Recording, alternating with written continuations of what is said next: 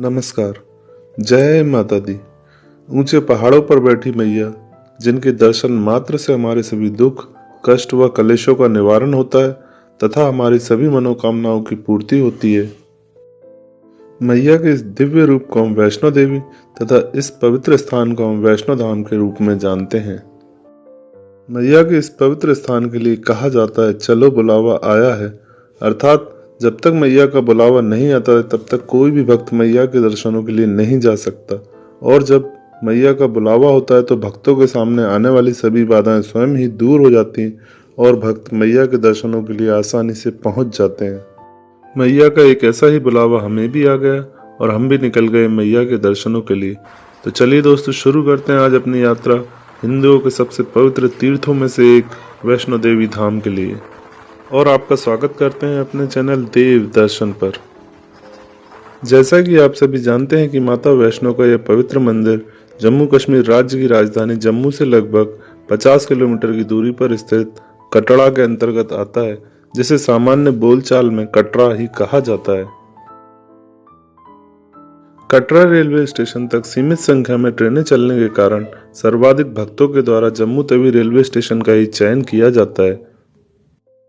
जम्मू के हवाई अड्डे व जम्मू तवी रेलवे स्टेशन से हम आसानी से सड़क मार्ग व रेल मार्ग के द्वारा कटरा तक पहुंच सकते हैं।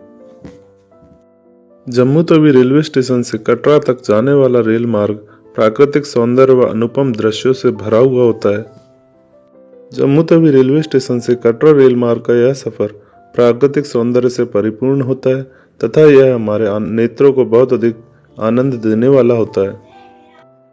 इस रेल मार्ग से यात्रा करते समय हमें बीच बीच में बहुत सी विशाल टनलें दिखाई देती हैं, जो कि हमारे रोमांच के अनुभव को और भी कई गुना अधिक बढ़ा देती हैं। जम्मू तवी रेलवे स्टेशन से कटरा रेल मार्ग का यह सफर आपके जीवन की उन सुनहरी यादों में से एक होता है जिन्हें आप हमेशा संजोए रखना चाहते हैं।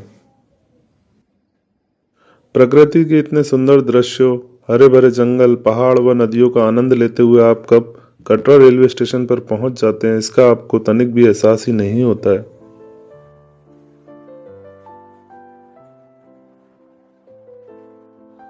कटरा रेलवे स्टेशन पर पहुंचने के पश्चात हमें कटरा के रेलवे स्टेशन की सुंदरता देखते ही बनती है। यह स्टेशन हमें किसी विदेशी रेलवे स्टेशन होने का अनुभव प्रदान करता है। कटरा रेलवे स्टेशन के चारों ओर आपको दिखाई देने वाले पहाड़ तथा पहाड़ों पर उड़ते हुए बादल आपको किसी हिल स्टेशन की याद अवश्य दिला देते हैं। वर्तमान में कोविड महामारी का समय होने के कारण हमें कटरा रेलवे स्टेशन पर हमारी कोविड के 2 वैक्सीनेशन सर्टिफिकेट या RT-PCR रिपोर्ट की जांच की जाती है। अगर हमारे पास इनमें से कुछ भी उपलब्ध नहीं होता है तो यहाँ पर हमारी कोविड-19 की जांच की जाती है। इसी के पश्चात हमको कटरा नगर में या कटरा कस्बे या शहर में प्रवेश दिया जाता है। जम्मू तवी रेलवे स्टेशन से आसानी से सड़क मार्ग के द्वारा बस, टैक्सी या स्वयं के वाहन के द्वारा आसानी से पहुंचा जा सकता है। बस के द्वारा जम्मू से कटरा जाने के लिए हमें लगभग 80 से 100 रुपए का भुगतान करना होता है। बस से जाते समय भी हमें बहुत सी विशाल टनलें दिखाई देती हैं तथा हमें प्रकृति के सुंदर दृश्य चारों ओर दिखाई देते हैं। बस के द्वारा हमें कटरा बस स्टैंड पर छोड़ा जाता है। जम्मू कश्मीर राज्य में प्रवेश करते ही हमारे प्रीपेड मोबाइल की सिम बंद हो जाती है तथा हमारे फोन में सभी प्रकार की आउटगोइंग व इनकमिंग की सुविधा उपलब्ध नहीं होती है। इसके लिए आप यहाँ पर आसानी से उपलब्ध यात्री सिम वगैरह ले सकते हैं, जो कि हमें लगभग 350 से 400 रुपए में यहाँ के बाजारों में आसानी से उपलब्ध हो जाती है। कटरा बस स्टैंड पर पहुंचने के पश्चात यहाँ ठहरने के लिए श्री माता वैष्णो देवी श्राइन बोर्ड द्वारा निर्मित निहारिका परिसर में आपको AC व नॉन AC कमरे उपलब्ध हो जाते हैं। साथ ही साथ आपको यहाँ पर डॉर्मेट्री रहने की सुविधा भी उपलब्ध हो जाती है। निहारिका परिसर में ठहरने के लिए आपको कुछ समय पूर्व ही ऑनलाइन बुकिंग करा लेनी चाहिए, क्योंकि यहाँ पर कमरे बहुत ही कम उपलब्ध हो पाते हैं। निहारिका परिसर के अतिरिक्त आपको यहाँ पर ठहरने के लिए आसानी से बहुत ही कम कीमत में बहुत अच्छे होटल भी उपलब्ध हो जाते हैं, जो कि आपको लगभग 500 से आपके बजट अनुसार जितना आप लेना चाहें उतने में आसानी से उपलब्ध हो जाएंगे। कटरा में प्राइवेट होटल वालों के द्वारा आपको पिक एंड ड्रॉप की सुविधा भी उपलब्ध कराई जाती है, जिसमें आपको रेलवे स्टेशन से लेना व छोड़ना तथा माता वैष्णो देवी की यात्रा के प्रवेश मार्ग बाणगंगा से लेना व छोड़ना भी शामिल होता है। कटरा में पहुंचने के पश्चात होटल वगैरह की बुकिंग करने के पश्चात आपको यहाँ पर यात्रा पर्ची लेनी होती है। आप चाहें तो यह यात्रा पर्ची आप अपने शहर से ऑनलाइन ही निकाल सकते हैं। अगर आप ऑनलाइन पर्ची नहीं लेते हैं तो यहाँ पहुंचने पर आपको कटरा बस स्टैंड के पास ही बगल में ही स्थित यात्रा पर्ची काउंटर पर जाना होता है। यात्रा पर्ची काउंटर में जाने के पश्चात आप अपनी यात्रा पर्ची ले सकते हैं। यात्रा पर्ची ही आपकी यात्रा का पंजीयन होता है। यात्रा पर्ची लेने के पश्चात आपको 6 घंटे के भीतर बाणगंगा चेक पोस्ट को पार करना अनिवार्य होता है। यात्रा पर्ची लेने के पश्चात अब मैया के मंदिर दर्शन हेतु जाने की तैयारी होती है। मैया के मंदिर जाने के लिए हमारे पास 3 तरह के विकल्प उपलब्ध होते हैं, जिसमें पैदल मार्ग, घोड़ा या पिट्ठू के द्वारा तथा तीसरा हवाई मार्ग होता है। तो चलिए सबसे पहले बात करते हैं हवाई मार्ग की। हवाई मार्ग से जाने के लिए आपको पूर्व में ही ऑनलाइन श्री माता वैष्णो देवी की वेबसाइट पर जाकर बुकिंग करवा लेनी चाहिए। अगर आप बुकिंग नहीं करवा पाते हैं तो आप यहां पर लगभग 4 बजे निहारिका परिसर में करंट हेली टिकट काउंटर पर भी जा सकते हैं, जिसके लिए आपको प्रातः सुबह लगभग 4-5 बजे ही पहुंचना होता है, क्योंकि इस समय और भी बहुत से लोग यहाँ पर एकत्रित हो जाते हैं। यहाँ पहुंचने पर आपको इसी काउंटर से एक पास दिया जाएगा। इस पास को लेकर आपको हेलीपैड या हेली टर्मिनल पर पहुंचना होता है, जिसके लिए आपको लगभग 1 घंटे का समय मिलता है। 1 घंटे के भीतर आपको हेली टर्मिनल पर पहुंचना होगा। हेली टर्मिनल पर पहुंचने के पश्चात आपकी यहाँ पर भी कोविड वगैरह की जांच की जाती है। हेलीपैड टर्मिनल पर पहुंचकर हमें अपना टिकट लेना होता है, जो कि एक तरफ से 1800 तथा आने व जाने के लिए प्रति व्यक्ति 3600 रुपये का होता है। अगर आपके साथ कोई बच्चे हैं तो उसके लिए भी आपको 1800 या आने जाने हेतु 3600 रुपये का ही भुगतान करना होता है। अगर आपके द्वारा हवाई मार्ग से आने व जाने दोनों तरफ का टिकट लिया जाता है तो आपको भवन पर पहुंचने के पश्चात मैया के दर्शनों के लिए एक वीआईपी पास की सुविधा भी मिलती है, जो कि वहां पहुंचने पर किसी भी अन्य व्यक्ति को नहीं उपलब्ध होती है। इसलिए अगर आप हवाई यात्रा से जा रहे हैं तो आने व जाने दोनों तरफ का टिकट अवश्य लेने का प्रयास करें। हेलीकॉप्टर से यात्रा करने के दौरान हमारे मोबाइल, वीडियो कैमरा इत्यादि रख लिए जाते हैं, जो कि हमें सांझी छत पहुंचने के पश्चात वापस दे दिए जाते हैं। हवाई यात्रा के दौरान किसी भी प्रकार की वीडियो या फोटो लेने की परमिशन नहीं होती है। सांझी छत से मैया के भवन के लिए हमें लगभग 2.5 किलोमीटर की यात्रा करनी होती है, जो कि हम चाहें तो घोड़े या पालकी के द्वारा भी आसानी से कर सकते हैं।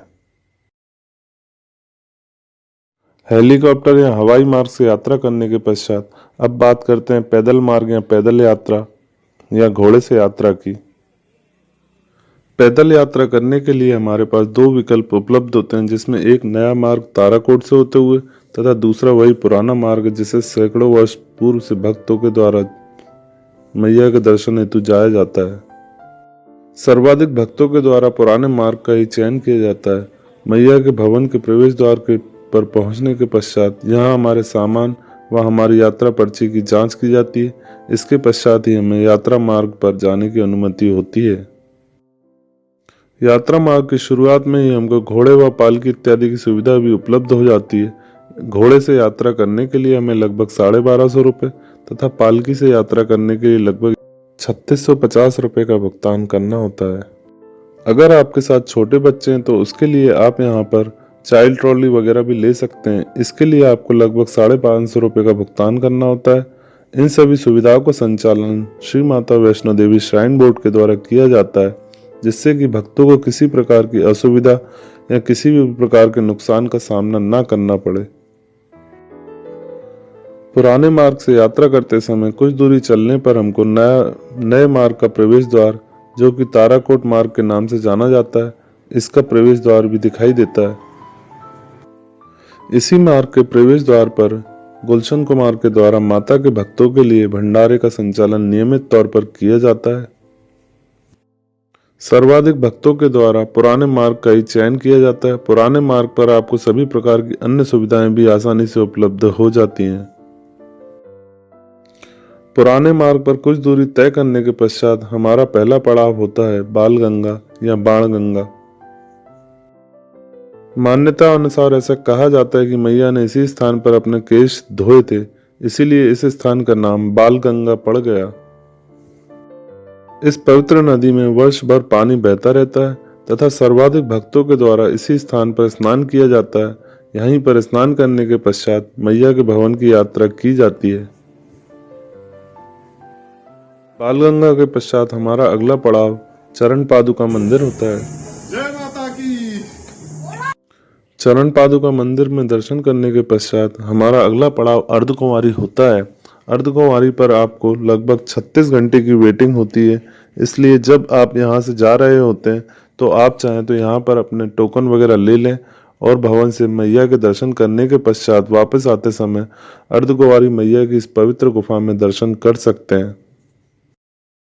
अर्धकुंवारी वह स्थान है जहाँ पर मैया के पीछे जब भैरव जी या भैरव बाबा भाग रहे थे तो मैया ने इसी स्थान पर विश्राम किया था।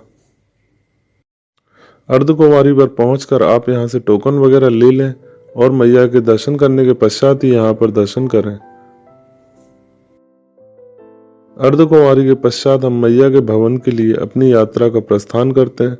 रास्ते भर हमें श्राइन बोर्ड के द्वारा खाने पीने इत्यादि की सुविधाएं भी आसानी से उपलब्ध हो जाती हैं। साथ ही साथ अगर आप विश्राम करना चाहते हैं तो रास्ते भर आपके विश्राम के लिए उत्तम सुविधाएं भी उपलब्ध हैं। श्राइन बोर्ड द्वारा यहाँ पर जगह जगह पर पीने के लिए ठंडे व गर्म पानी का इंतजाम किया गया है। साथ ही साथ उचित दाम व उचित कीमत पर आपको यहाँ पर खाने पीने की अन्य चीजें भी उपलब्ध हो जाती हैं।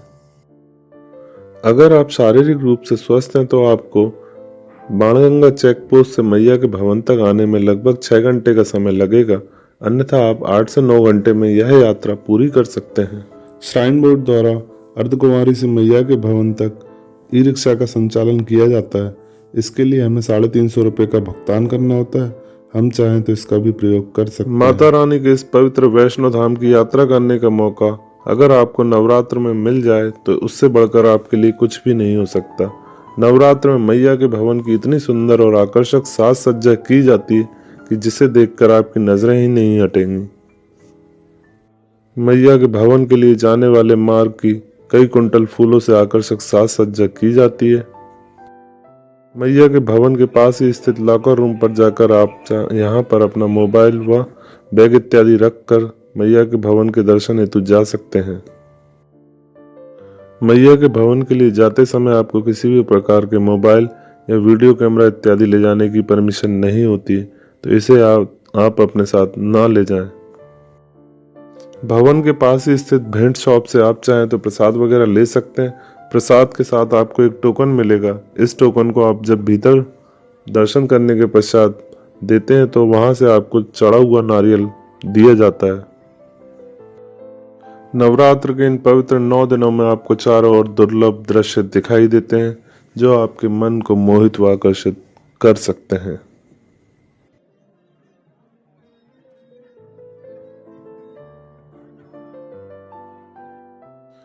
मान्यता अनुसार ऐसा कहा जाता है कि जिस स्थान पर माता वैष्णो देवी ने भैरवनाथ का वध किया था वही स्थान भवन के नाम से प्रसिद्ध है तथा आज इस स्थान को भवन के नाम से ही जाना जाता है।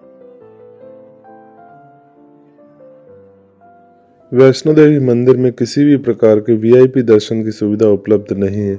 वीआईपी दर्शन की सुविधा केवल उन्हीं लोगों को दी जाती है जिनके द्वारा हवाई मार्ग या हेलीकॉप्टर से आने जाने की यात्रा का टिकट लिया जाता है, जिसका एक प्रमुख कारण मौसम व समय होता है। हवाई मार्ग से आने जाने का टिकट लेने के पश्चात जब आपको सांझी छत पर उतारा जाता है तो सांझी छत पर ही आपका वीआईपी दर्शन का पास बना दिया जाता है। इस पास को लेकर आपको गेट नंबर 4 पर पहुंचना होता है। यहीं पर आपको शॉर्ट टाइम लॉकर की सुविधा भी उपलब्ध हो जाती है। यहाँ से आप भवन में मैया की गुफा में जाकर मैया के तीनों पिंडी स्वरूप में वैष्णो देवी के दर्शन कर सकते हैं। इस स्थान पर गुफा के भीतर देवी महाकाली दाएं, महासरस्वती बाएं और महालक्ष्मी मध्य में पिंडी के रूप में गुफा में विराजित है। इन्हीं तीनों पिंडियों के सम्मिलित स्वरूप को ही वैष्णो देवी के रूप में जाना जाता है। गुफा में मैया के दर्शन करने के पश्चात हम यहाँ पास ही में शिव गुफा में भगवान शिव के शिवलिंग के भी दर्शन कर सकते हैं। माता वैष्णो देवी के इस बेटू, पवित्र कैसा लग रहा स्थान डोसा? भवन के आसपास आपको खाने पीने की उत्तम सुविधाएं भी आसानी से उपलब्ध हो जाती हैं, जिसके लिए आपको बहुत ही कम कीमत पर भोजन इत्यादि की अच्छी सुविधाएं आसानी से उपलब्ध हो जाएंगी। इस संपूर्ण यात्रा मार्ग पर श्राइन बोर्ड के द्वारा नो प्रॉफिट नो लॉस पर भोजनालय का संचालन किया जाता है, जिससे कि भक्तों को किसी भी प्रकार की खाने पीने में असुविधा न आए। मैया के भवन में दर्शन करने तथा भोजन इत्यादि करने के पश्चात हमें यहाँ से लगभग 3 किलोमीटर की दूरी पर स्थित भैरवनाथ मंदिर के लिए जाना होता है। भैरवनाथ मंदिर ही वह स्थान है जहाँ पर मैया ने भैरवनाथ का शीश काटने के बाद भैरवनाथ का सिर यहाँ पर गिरा था। भैरवनाथ मंदिर जाने के लिए हमें रोपवे के द्वारा 100 रुपये का भुगतान करना होता है, जो कि आने व जाने दोनों तरफ का होता है। साथ ही साथ अगर आप चाहें तो पैदल या घोड़े व पिट के द्वारा भी भैरवनाथ मंदिर तक जा सकते हैं। भैरवनाथ मंदिर जाने के लिए कुछ समय पूर्व ही रोपवे का संचालन शुरू कर दिया गया है, जिससे कि भक्तों को भैरवनाथ मंदिर तक जाने के लिए बहुत अधिक सुविधा हो गई है। मान्यता अनुसार ऐसा कहा जाता है कि भैरवनाथ का शीश काटे जाने पर भैरवनाथ को अपनी भूल का पश्चाताप हुआ और उसके द्वारा मैया से क्षमा याचना की गई। इसके पश्चात मैया ने भैरवनाथ को आशीर्वाद दिया और कहा कि जब तक कोई भी व्यक्ति मेरे दर्शनों के पश्चात तुम्हारे दर्शन नहीं करता है, तब तक उसकी यह यात्रा संपूर्ण नहीं मानी जाएगी। इसीलिए यहाँ आने वाले सभी भक्तों के द्वारा मैया के दर्शन करने के पश्चात भैरवनाथ मंदिर में एक बार दर्शन करने हेतु अवश्य जाया जाता है।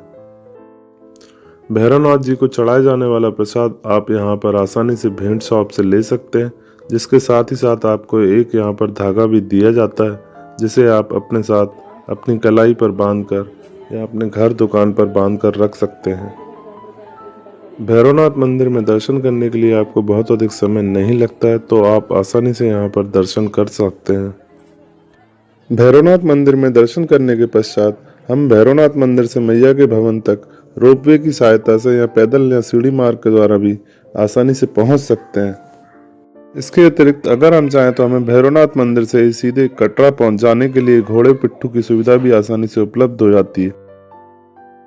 घोड़े इत्यादि की सुविधा के अतिरिक्त अगर आप चाहें तो मैया के भवन से अर्धकुंवारी तक जाने के लिए आपको बैटरी रिक्शा की सुविधा भी उपलब्ध होती है, जिसका भी आप चाहें तो प्रयोग कर सकते हैं। और अगर आप शारीरिक रूप से स्वस्थ हैं तो आप पैदल सीधे मैया के अर्धकुंवारी भवन से होते हुए नीचे कटरा तक आसानी से पहुंच सकते हैं। मैया के दर्शनों के पश्चात जब आप वापस यात्रा में आते हैं तो उस समय तक आपका अर्धकुंवारी गुफा के दर्शन का नंबर आ गया होगा, तो आप वहां पहुंचकर मैया की गुफा के दर्शन भी कर सकते हैं। मैया के आशीर्वाद से हमें दर्शन करने का अवसर प्राप्त हुआ। उम्मीद करते हैं आपको भी मैया का बुलावा जल्दी आए और आप भी मैया के दर्शनों के लिए जा सकें। इस वीडियो में हमारे द्वारा माता वैष्णो देवी दर्शन से संबंधित सभी सही जानकारी देने का प्रयास किया है। हमारे द्वारा किया गया प्रयास आपको अच्छा लगा हो तो वीडियो को लाइक और सब्सक्राइब जरूर करें और कमेंट बॉक्स में जय माता दी अवश्य लिखें। धन्यवाद। जय माता दी।